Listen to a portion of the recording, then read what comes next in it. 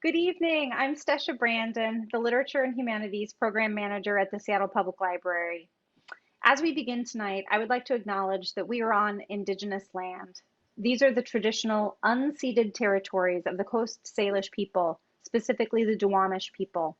We honor their elders past and present and thank them for the stewardship of this land. Welcome to our event with Ha-Jin, presented in partnership with Elliott Bay Book Company. We're grateful to author series sponsor the Gary and Connie Kunis Foundation and the Seattle Times for generous support of library programs. Thank you as well to the Seattle Public Library Foundation. Private gifts to the foundation from thousands of donors help the library provide free programs and services that touch the lives of everyone in our community. I have just a couple of quick announcements before we get started. Our friends over at Elliott Bay Book Company have copies of Ha-Jin's books available. The store is open for limited browsing, curbside pickup, and delivery, and you can find books at their website, elliottbaybook.com, and we'll also put a link to Ha-Jin's books in the chat, so you can click right through from the chat tonight. I also wanted to let you know we have closed captioning available tonight. To access the closed captioning, you just click on the icon at the bottom of your screen. I also wanted to let you know that after tonight's conversation, we'll have time for questions from you. You can ask your question at any time by writing it in the Q&A box at the bottom of your screen. And finally, we'd love to hear from you. Toward the end of the program, we'll post a link to a survey in the chat, and we would appreciate it if you took a few minutes after the event to share your thoughts with us.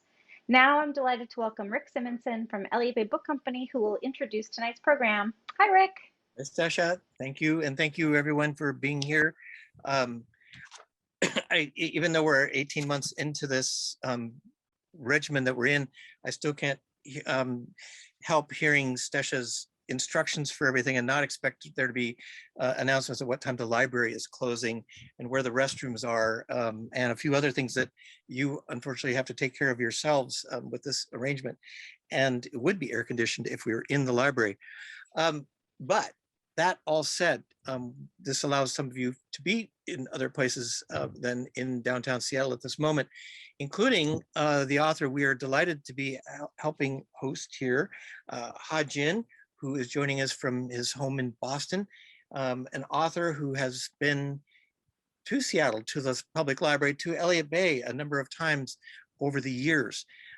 He is here tonight in conjunction with, for us, with Elliott Bay, with the library for his newest novel, this just published incredible novel, A Song Everlasting, which is his 9th novel in a body of work that has included the National Book Award winning book, Waiting.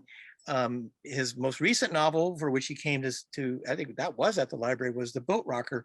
And actually we were talking before we started this program, out of that came a little conversation, because he's also the author for short story collections and 4 books of poetry. And his poetry was something published more early in his career in creating and writing the books he did.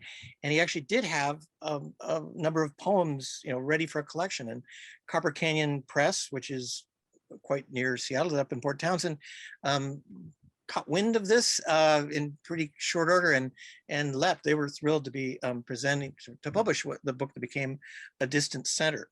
All the books I'm mentioning are at Elliott Bay, and most recently a book that again touching on the life of a poet, but we're talking about a poet in Ha-Jin, but his beautiful book, The Banished Immortal, a book about the early Chinese poet Li Bua, that came out a couple years ago. That was his most recent book. This book, A Song Everlasting, brings us right up to present day. And I'll say a little bit now, but I'm going to be part of this conversation as we go forward. So I won't say all of it, because that'll come out more in the conversation. I have more of an idea of what the interlocutor will say today than I might usually. But it is a novel which has a kind of its story arc is a well-known Chinese singer, a musician, who comes to the U.S. for a private concert, and that's been arranged by somebody, and in doing so, returns home to China to find that the people involved with the concert he just did in New York were involved with Taiwan-related political matters, a secession, the conflict between the government of China and Taiwan as to what Taiwan's status is, for which public figures are not supposed to be expressing opinions contrary to the government. And that sets in motion what happens to this man, Yao Tian, returning to the US, and much else that happens from there in the course of things. So I'm going to say less about that now. And to say that Ha-Jin, also in joining us from Boston, is and has been a highly regarded teacher, a professor of creative writing at Boston University. I think he once headed the program. If he did, that administrative burden part of that is lightened as again just to work with writing and books and aspiring writers, which I think is tends to be enlivening compared to some of the administrative things. But the roles one must play, and he's done all these things marvelously and well over the years. So again, we're delighted to have him here. And now please welcome Ha-Jin. Well, thank you so much. I'm very happy to come back, although virtually. As you mentioned, really, the bookstore really had a soft spot in my heart. And a few years ago, and Rick and we had a conversation about the poetry, and I mentioned that I have some poems, perhaps it would be finish a manuscript, and Becky told me to send it to Copper Canyon, and that's how it happened. The book came out as a distant center. So I'm very, very happy to be part of this event again. As for this novel, originally I planned, in fact, I wanted to write a very personal book about just an artist struggle in the States.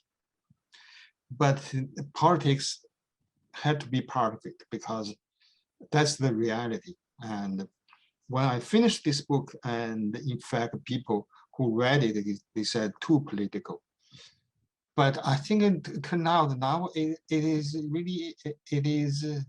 not that political anymore, because we saw the reality, what happened in Hong Kong, and also what is happening to Taiwan. So in that sense, I think I made the right decision. I'm going to read a few paragraphs. Okay, this is in the middle of the book. I think in the beginning, Tian He had a tour to the States.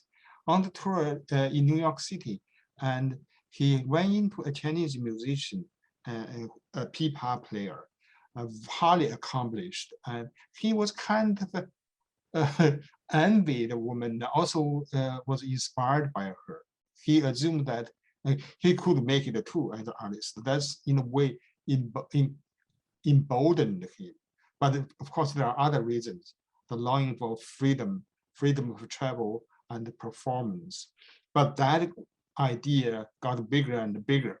Once he came to the States, once he tasted the free life, he began to cherish it, although he didn't know the price, the difficulties. So the book is basically about that process. But a lot of people say the cost of freedom. I think that's also the payment for freedom here, because eventually I think it is a hopeful story. And also he succeeds on his own term. So that's what I want to emphasize. There is still hope, a lot of suffering, a lot of struggle, but eventually he becomes a different kind of artist on his own terms. I'm going to read at the point kind of really of his an idea of his life, and he at some point he began to perform at a casino. But for him, this was just a job. But the people around him, this was a kind of a fall and failure, because he used to be a megastar in China. So there's one character here you should know. His friend Yabin, very a smart man, also slippery, but has been faithful to him, always help him. So that's the character I'm going to mention in this situation. Within 2 months after he had started at Twin Waters, word spread that Yao Tian was working at a casino now. Heated discussions revolved around him. Some people argued that his employment at Twin Waters was a disgrace, while others said it was just a job he needed at the moment so that he could survive in America, where most immigrants must adapt to circumstances. A weekly newspaper in Guangzhou wrote about his presence at the casino. Attached to the article, Yao Tian's plight were 2 photos of him singing, his figure superimposed over a stock image of a garish gambling hall. The article described Tian's work as a kind of self-degradation, performing purely to make money and to entertain gamblers. The writer also hinted that he'd brought this disgrace on himself, having abandoned an illustrious career in China to become a mere lonely entertainer in America. Yao Tian has chosen capitalism over socialism, the article concluded. We can see his tragedy and also learn a lesson from it. Nobody can thrive if he has deserted his motherland. Then the Global Post, an international branch of the People's Daily, published a similar article, singling him out as a warning to all Chinese. Whoever doesn't serve our country or even works against her will come to grief sooner or later. Yao Tian illustrates how a small misstep can lead to a disaster. The Global Post article was picked by numerous other news sites and stirred some controversy among readers. Someone wrote an article, a rebuttal, on CReadersNet, addressing the author of the piece in the Global Post. Yao Tian himself might not feel the same way you do. Maybe he enjoys living alone and honestly. Maybe he prefers the freedom of a pauper to the ill-gotten luxury of a prince. I can't see anything tragic in his effort to strike out on his own. A reader commented on the same site. Instead of joining the chorus of condemnations, we ought to admire Yao Tian's personal choice and his courage. We ought to wish him the best of luck. But another reader rejoined, it serves Yao Tian right. Anyone who betrays our country will suffer similar humiliation in the end. Some pitied Tian for his loss and failure. Some lamented how hard it was for any Chinese artist to survive once they wandered beyond the sphere of Chinese culture. Some supported Tian's decision to leave China because they saw freedom as essential, like fresh air and clean water. Some declared that nobody was qualified to judge Tian's situation, like how a foot fitted in a shoe, only the wearer alone could tell. A reporter at the Beijing News phoned Tian and asked for his response to the article. He only said, I'm still an artist. No matter where I am, I can still sing my heart out. I feel liberated because I'm singing the songs I love. Back in China, I often sang propaganda that I hated. It made me miserable in spite of my cheerful appearance, in spite of my fame as a star. So I don't regret having immigrated. My current hardships are a necessary step for my future growth. He took the opportunity to add, I've been separated from my family for 4 years. My wife is not allowed to come visit me. This is entirely arbitrary, gratuitous. We are suffering for no purpose. I appeal to those in power to show compassion to my family and allow my wife to come and join me. Of course, the newspaper printed none of his words about his separation from his family. though the young reporter did tell him that he liked what he had said. Yabing did his best to defend Tian too. He wrote a long piece on the Literary City website, saying that Tian was simply making an honest living, and people ought to admire his ability to adapt to circumstances and confront adversity. You all must keep in mind, he went on, that Yao Tian is a husband and a father. How many of you, given the same setback, could also continue doing everything to support your families? We ought to applaud his integrity and fortitude. After Yabing's piece was posted, most of the negative chatter faded off, though Tian suspected that people still whisper about his disgrace and downfall. In fact, his wife also viewed this as kind of a downfall. And she felt very uneasy when people mentioned this or alluded to this. And so this is really the lowest point in his life. But eventually he struggled back, but there are other problems, like also he got sick, very sick. But step by step, he became, because he couldn't perform on stage anymore, he became a songwriter. So that's the arc of the story here. It was beautiful with the reading, and that gave a good feeling for the writing. There's all sorts of ways to go, because that did come from the middle of the book. Could you say a little? We were talking beforehand. How music, a singer got chosen as a way to explore some of the ideas you're doing in the book, or the issues.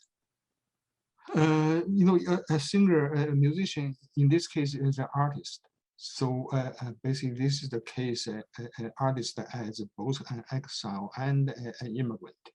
So once he wanders beyond the sphere of his native culture and language, so he would have to run into different kinds of frustrations, difficulties. These were not imagined in the beginning. And but for me, I did share the pain and the struggle. So I had kind of understanding of its psychology. So in that sense, it is a personal book. But on the other hand, I don't have a music background, but I happen to know a few really very famous musicians and singers, and some of them they moved to the States, became immigrants. Even in the 70s, they are still performing. Used to be rag stars, but now completely obscure. But they never give up. They still sing on stage. But there are others, very, very famous too, but they couldn't take it. So they returned to China. Right. Basically, I pieced together a few musicians' life here. Yeah. Because some musicians, for some, whether it's classical, instrumental, or singers, especially the instrumental ones, can play. They don't have the adaptation in their work of the language. I mean, you as a writer yourself, coming from China, had to learn, work with English at a point to write books, and Yao Tian, to live here, obviously had to learn and deal with English as an immigrant and trying to adjust and learn. How long you've done several novels? I mean, and some have had certainly concerns or issues of freedom of for the people and for the characters. What's been the gestation for this for you? I mean, the time of thinking about this book, and taking the form it has. In fact, I read about some musicians many years ago. For instance, there are famous ones like Guan Guiming. His obituaries were published several times in China. Apparently, the authorities, the government, really hate him. Also, try to persuade him to move back to China. So there were, germs here and there in different people's careers, and so I was, in a way, I was fascinated by that. It's a completely different world, unfamiliar to me, And so that's why it's not just, you know, you want to write a story and to make people eager to read it. I think there's another dimension as a person, as a writer, you know, you want to write something, to make something, you know, it's not easy, but because it's not that easy, you want basically to do it, try to make a piece of work, good work out of it. Are you, how affected or influenced as you, because you've been working for years as a writer, as a teacher of writer, how influenced are you in your writing by other writers and other books? I mean, are there another stories or, you know, books written either in contemporary times, contemporary to you, or farther back where you're fed by that? Because there's a real gravity to your writing that's not just, you're not just floating it out there. I just feel like there's something underlying that's really solid. In this case, maybe you know, I've been teaching, so I have to read a lot, follow my students' interest. So the influences, you know, came from all the differences. But the real big influence here is Tolstoy. I really wanted the kind of sweeping narration. Also very plain. We know the beauty of Tolstoyan style is a straightforward, very candid, straightforward style. Good. I could see that. And that's also not contemporary. I mean, I had a feeling you're working on something older than, you know, just somebody else who's got a new book out. And because sometimes there's that writers. You're right. Yes, contemporary, you know, contemporary authors tend to really to make every sentence exciting. Yeah, I'm more interested in the, you know, how the events, the characters, how they echo, respond to each other. So usually there is a pattern of action in human drama, yeah. And that also is a message. I think that is the real message of the story. Yeah, I mean, when you said at the beginning that there were people that felt this writing was too political, I'm surprised if people, outside of the fact that in the United States this year, you know, people are a lot of people stepped back because we were inundated with all the political last year with the election and then everything else. I mean, but that's also the way this country is, where people think, oh, we did that last year and maybe we'll have to do it again when the election comes. But there's so many places in the world, but China certainly front and center, but where this kind of, you know, India, Eastern Europe, where efforts to control one way or another what people are saying and thinking and expressing, artists being at the forefront of that control. So it doesn't feel so political as a matter of like, this is where we are in the world.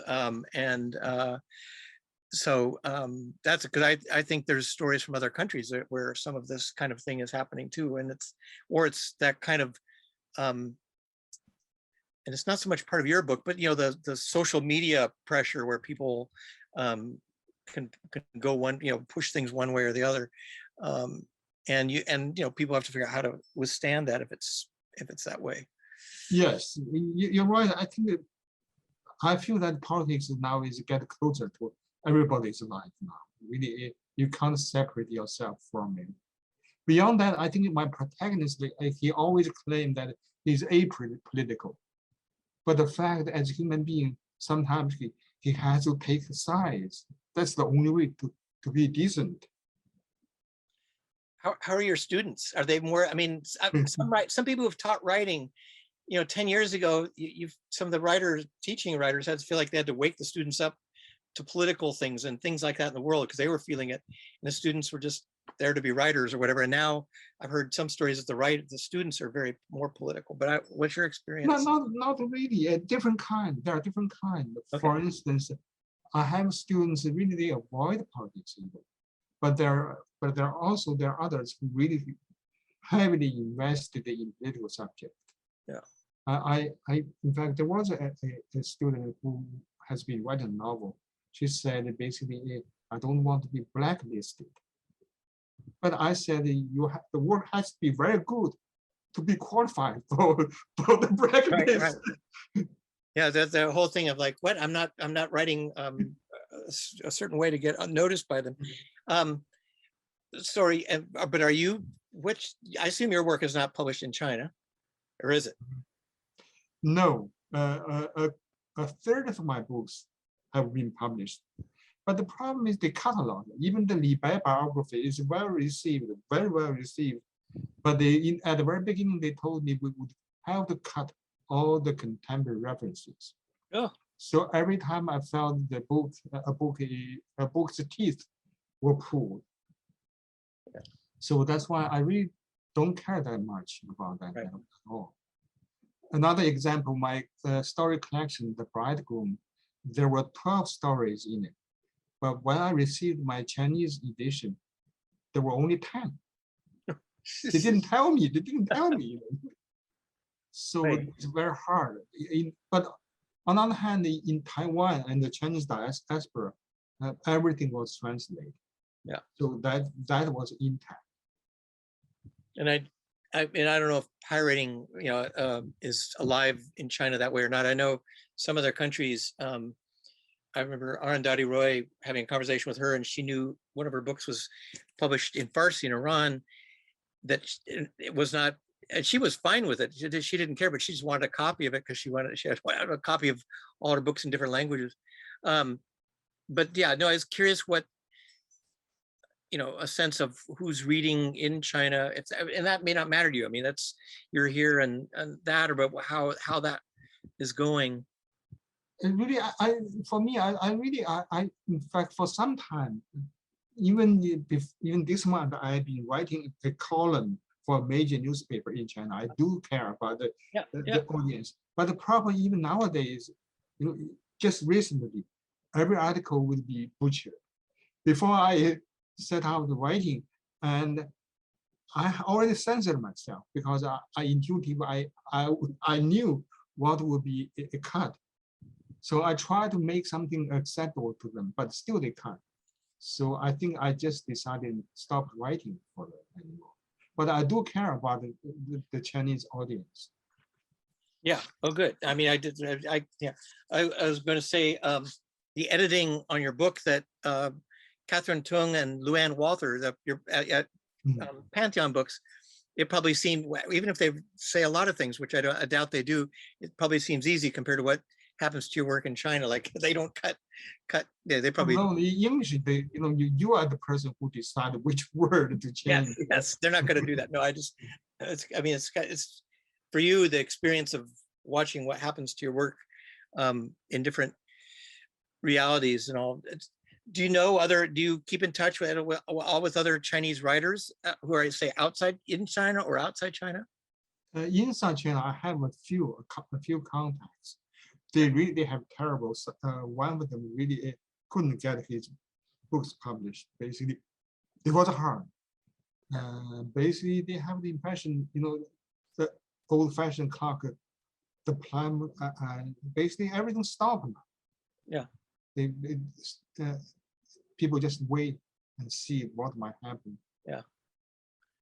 I wondered if between people either getting the work out to be published somewhere else or changing the work. I mean, I know in Iran, there's sort of a history of, especially in film, you'd see these allegorical films.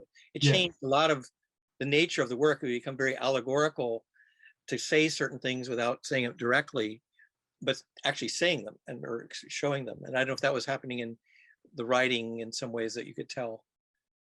In China, it's very hard. It has a very strict control, because there is, the Writers Association basically very strictly follow the party's policy. So it's different kind of environment. Yeah. One of the things, I mean, it comes up in the book, and it's come up in other countries.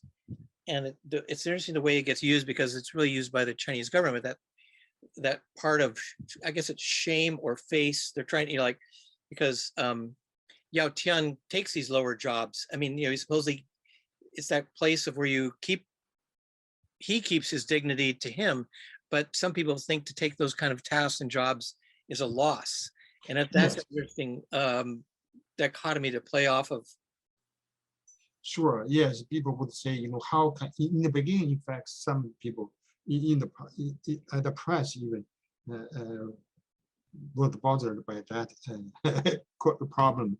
You're already famous. He's already famous. Why would he abandon his career and restart from scratch? It's very hard, almost impossible.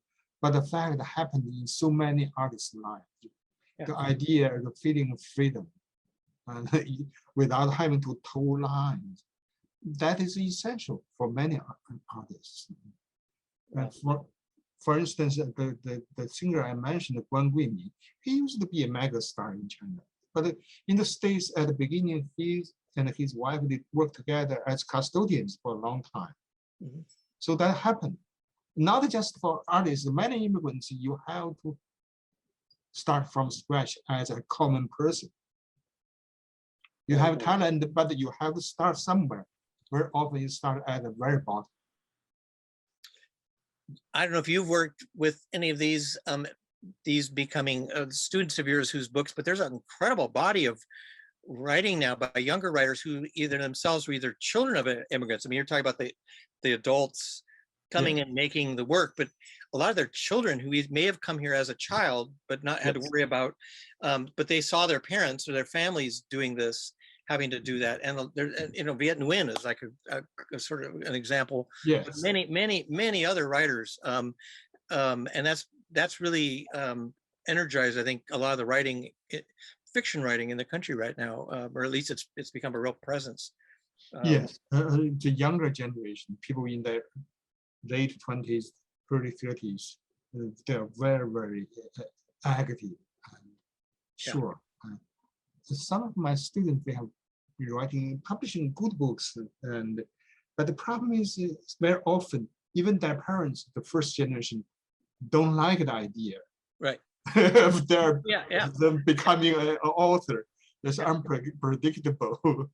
Yeah, well, and that can everything from, we had an author doing one of these, and she was talking about her parents, her father going to read sex scenes that his daughter wrote, like, oh, she was like, how's he going to do that? But yeah, I mean, well, that's also, this country, there's a lot of writers, and actually some of them are now, some of the immigrant children writing memoirs, because that's really telling stories on your family. Yes. And which, in my experience in other countries, South Asia at least, you don't write memoirs unless you're 80, well up in years and writing about your career as a diplomat or something. Yes, that's very true, very true. Most people would feel uncomfortable about a book about themselves. Right. But people do write a memoir about like the whole family, or maybe they have a very distinguished parent. They might write a book about that parent as part of kind of memoir, but very, very rarely about themselves. Yeah. So you've been writing. I mean, the other thing is that's interesting is you probably see this too as students. There are students that come out that get a book or two and then they stop, and it's like, do they, like, sometimes they thought they were going to have more commercial success. Sometimes other things may come into maybe their life or something, but you have found, the wherewithal or habit in you to keep writing, and these stories that keep getting richer and more complex. But this probably isn't a question, except you've probably seen these things too, writers who seem to stop, and a lot of writers who teach actually stop writing for long periods. Yes, in fact, that's the danger. Early success can be a trap, right. And it's also very frightening too. And in fact, in a way, writing, especially you write fiction, it's like a long distance run. You have to have the stamina, and also you have a sense of failure. Don't think of it as success. It's unpredictable. It's very fickle. So for every project, just do your best. Give everything to one book at a time. Yeah. So, and you have, in other words, you have to develop that kind of mentality to basically to be able to sit down and work every day. Yeah. Well, and you've followed that. You've shown that. I mean, not just writing novels, books of stories, the poems, the Li Bo book, and because sometimes there's that feeling whether if your writer lets other people say too much to them or influence them about shouldn't write books of stories or shouldn't write poems and just write the novels, or to write the same story or something, and you've got to follow your own. Yeah, you're right. You're right. Very often, I think my students, very often, some of them, they are extremely smart. Some of them, they knew like 5 or 6, fluent in 6 languages. They had choices, but these kind of people, it's very hard for them to become a writer. Right. You have to have like kind of a awkwardness, stupidity to be a writer. Yep. Yeah, well, yeah, no, that I won't go there. I'm not going to go into that one. I'll let you. No, but you've also seen this probably with students and the kind of the machinery of getting bringing new writers. Sometimes I know Peter Carey, who teaches at Hunter, and he's won the Booker Prize twice, and his books, go out in the world.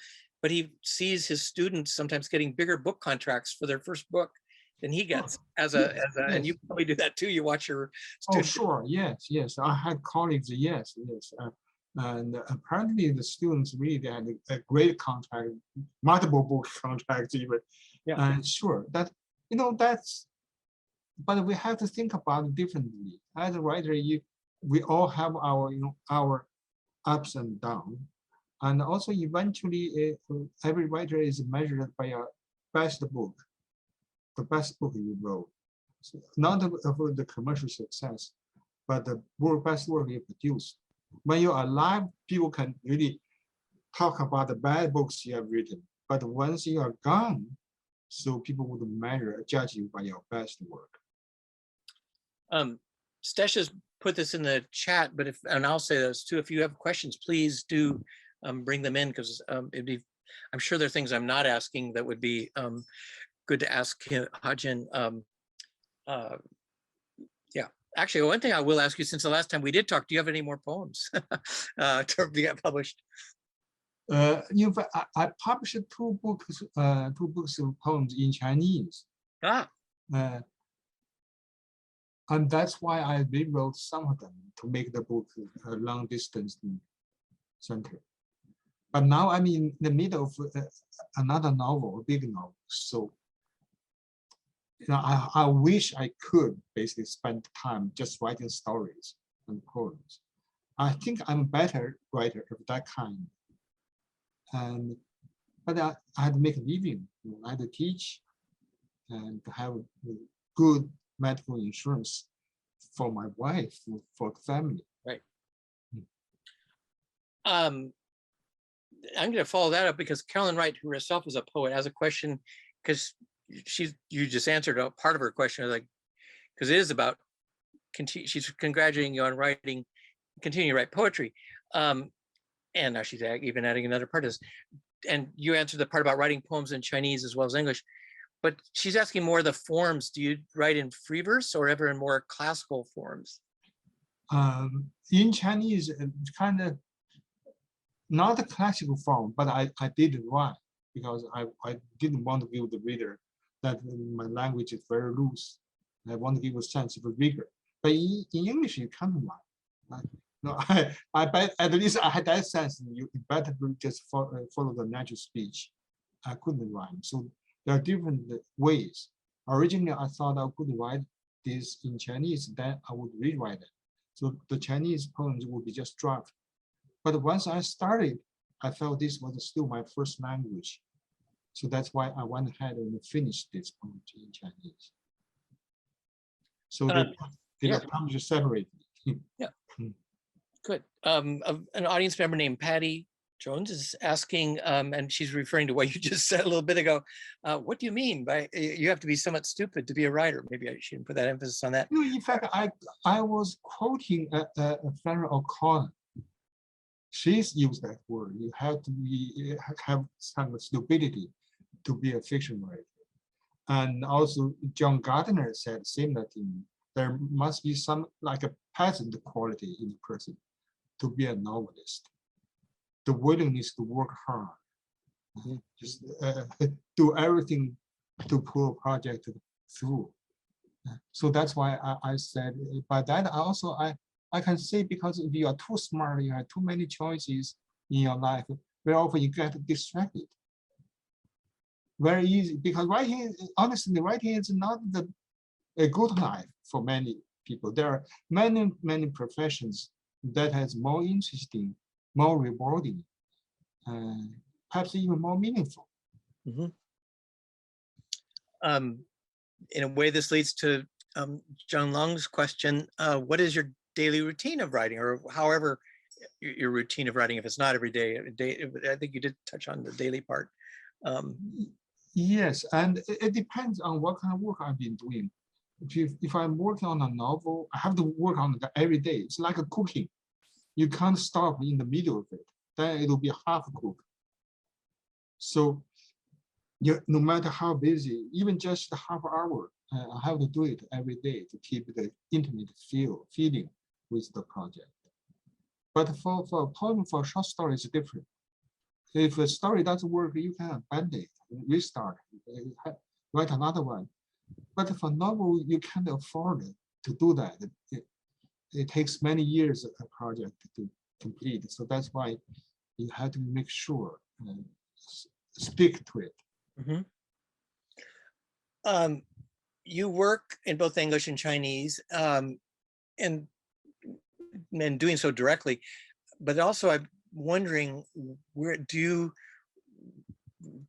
translate? I mean, are you at all in the world of translating Chinese to English, English to Chinese, other work? Just as last night we had a program with a writer named Carolina de Robertis, who's published by the same people as you are. She's from Uruguay. She writes in English, but Spanish is also very much a mother tongue of hers. And she also has translated several novels from Spanish to English. And so I was curious if you, I mean, I think it's interesting for writers to spend time, if they know another language, if they do, they don't have. No, I don't do fiction. I think most Chinese, even fiction writers, they would go look for a native speaker. Yeah. I'm not that kind of person they want me to do it. But I did some translation. For instance, I was surprised that there was no Li Bai biography in English. So I figured out the reason, because of the copyright of the translation poems. So yeah, that means I had to translate all the poems. So I did all the translation. Yeah, beautiful book. It's a beautiful book. Any more projects like that, since there's a number of old poets that could use that kind of a visibility in that way? I mean, there's been some translations on them. That was such a beautiful, what you did with him and the poems. No, I in fact, I started that project mainly because my wife has been very ill, so I couldn't start a novel. Right. Nonfiction is different. For Li Bai's book, because his life is there, basically I had a sense, I follow his poems. Every peak of his poetic career, his artistic career, there's some kind of personal crisis. So I follow my instinct. That became a narrative structure. And so for me, that was a less difficult book compared with a novel, because everything was there. I could get in and get out easily. Yeah. Are there any other Chinese like poets in China that you would recommend that we might not know of? I think there are translations. For instance, there is a modern poet, Dai Wangshu. I think he's very good. He was a translator from different languages too, and he really he died young, but he's highly accomplished. I think there is a translation in English, very good, CD available. Dai Wangshu. Yeah. Here's someone else has asked a question. The way these things pop into the box. What to you is a great book? Story, language, writer's vision. What do you think is most important? And this question has a little more. You once said a writer should be in the stage with great writers and compete with them. I want to know who you are competing with in your mind, besides Tolstoy, I guess you've mentioned. I don't know if that's competing, but you're looking at Tolstoy. Yeah, I read him, but he is like a god in fiction. Hemingway and many writers, early writers, they basically view him as a rival. Even the French women writers are gone, and she's mentioned Tolstoy as the ultimate rival. For me, I think it's a very, there are so many chairs in the room of literature. Every worthy writer can find his or her own position. So I don't have that sense of rivalry, but I do have the sense, people, the authors, great authors I love. For instance, if I write short stories, I would read Chekhov again and again. Good. Now you said you're not a music person in a like that's not a world you study. But do you have favorite singers, or are there singers whose work you like listening to, or music? Yes. Hank Williams, it's great. The loneliness, also the very physical performance. I love him. His singing. And there was an early woman singer, June Banks. She is great to me. And there are so many, but all the great singers, I'm not familiar, but I love their songs. Yeah. And there's always the younger ones to keep up with. If you're getting of a certain age, there's always exactly. Yes. I wouldn't be a good one to ask, because I could name some people that are younger people like, who's that? I don't think, if anyone has any other questions, please put them in. I think we're getting there. I mean, Ha-Jin very graciously, we didn't even say this also.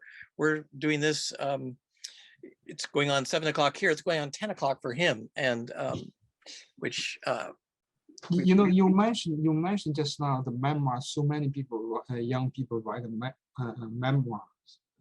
The problem is, in early years, when I often went to writers' conferences, my job basically to diagnose for the authors, young authors, diagnose their manuscripts. Very often I would say, whether you should treat this as a novel or memoir. I would say, for a novel, basically you have freedom to create. But in memoir, there's always limitations. That means something didn't happen, you can't see it happen. But what I heard from many young beginning writers is, I want people to know this happened to me. So then I can't say anything at that point, because if you put the work, put yourself before the work, so I can't argue anymore. But in English, even in our contemporaries, for instance, there are writers, small writers, like Sigrid Nunez, her first book, A Feather on the Breath of God, that apparently it is treated as a novel, but in the memoir form. That was a smart choice. Really, that really put her on the map, the literary map. Now, there are a few examples like that. That also gave me the idea how I should write Watchers. I want to write a novel, but in the form of memoir. Right. There's a brilliant book out. It's a first book by a writer named Asako Serizawa called Inheritors, that came out last year. It came out when it was her first book, and it came out in the middle of this. So, but it's been finding readers, and it's won some awards. But it's first of all, the book doesn't say what it is. It is treated as fiction, but it doesn't even say it's novel or stories, because the publishers generally don't like to call it stories, because that means it won't sell as well as the novel in their mind. But they're linked stories, and there are 150 years of a Japanese family. And different, it's brilliantly done, because it's, oppressors in one ward, victims in another, but it's very subtle and nuanced, the writing, and it feels very drawn from a family story too. I mean, obviously there's a span of time, dialogue would have to be invented in a way, but it feels like a family memoir, a family autobiography. Inheritors. Okay, I'll get a copy. Yeah, well, I will send, No, I'll no, send no, you a no, no, note no, about no, it. Yeah, no, no, but it was just, it's that kind of Thank book you. that, you know, it doesn't even say what it is because people, Yes. but I agree. I mean, I'm wary of memoirs that have dialogue in them because I could talk to my sister about what we did, what some conversation, and she says, no, no, no, they said that. I said, what? They said, you Sure, know, yeah. like you, It's like, like the German author Siebold. Yeah. His books is a mix. That's a mix of between you know, it's kind of genre bender, right? Between fiction and nonfiction. Yeah. And Carl Nausgaard, Mhm. with all those books. But there are examples. For instance, there's a Chinese woman writer who published an autobiographical novel in Chinese called The Hunger Daughter, the Daughter of Hunger. But in English, it was published as a memoir. Commercially, it was very successful, but it didn't get anywhere. But in China, it was published as a novel. I think for a decade, that put her at the very front of the women writers, top 5, I would say. So that is the distinction, how a novel and a memoir, how that might serve the writer's career.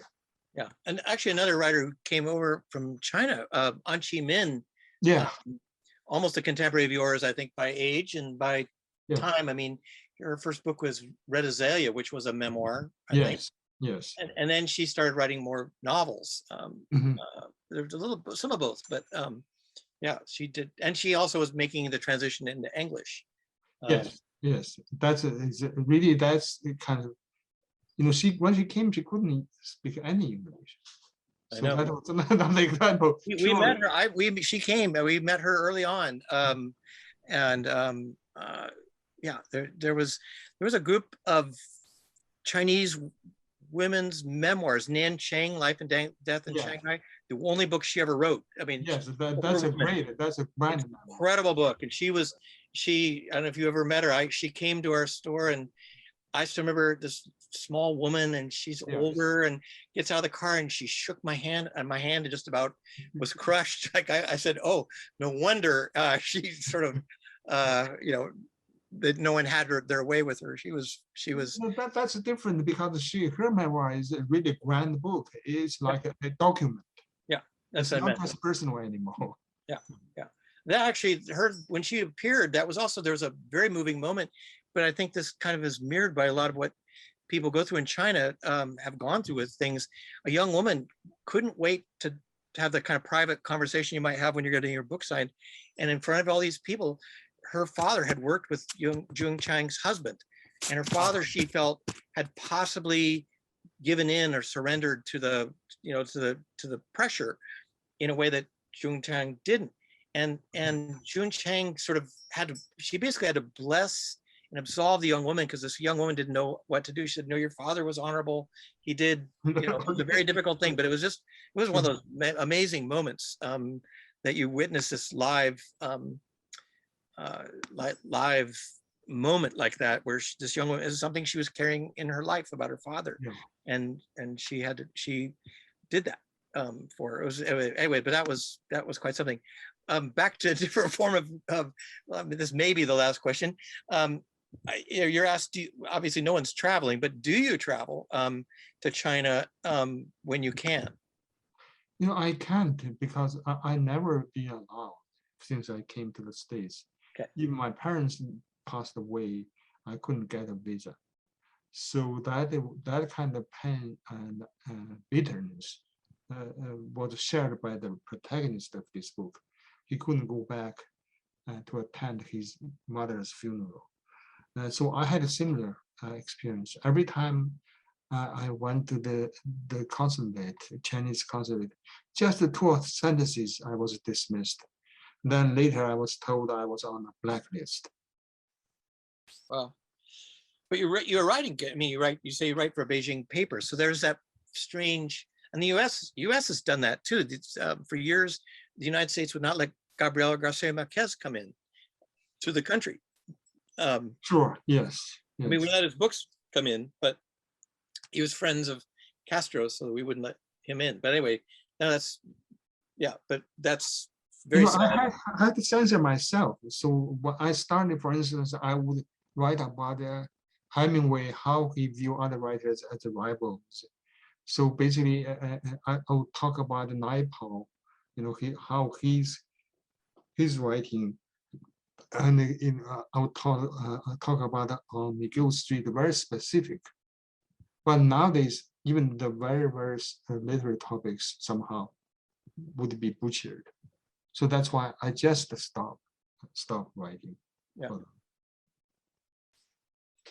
Good. I think we're at a point where Stesha might come in to send us off, because it's been wonderful to catch up and to hear about this extraordinary book. I guess, I don't know if Stesha has a copy, but I'm going to hold it up for people to see. A Song Everlasting, Ha-Jin's extraordinary new book, which you've been hearing about, and which we hope you'll read, whether it's getting it from Elliott Bay or your bookstore or the Seattle Public Library, which there's been information in the chat on that.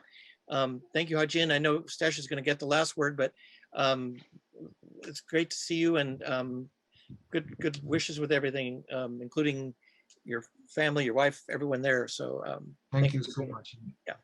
Okay, It Stasha. means a lot to me. Yes. Well, Yes. Okay. we send, yeah.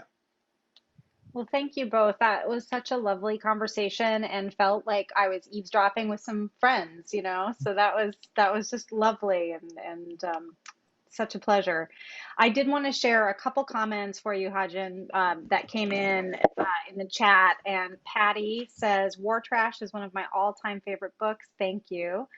And then we have another comment from Trudy saying, Trudy and her daughter read Pond, or The Pond, many years ago, and we are still quoting it to each other. We loved it. So I just wanted to make sure that you got to see those nice comments. It's always hard. That's Yeah. the other thing. All these books are still with us, and people are reading them. So that's, again, you know, people would do that anyway. But the pandemic, I think we've had people reading whole bodies of writers' work as little.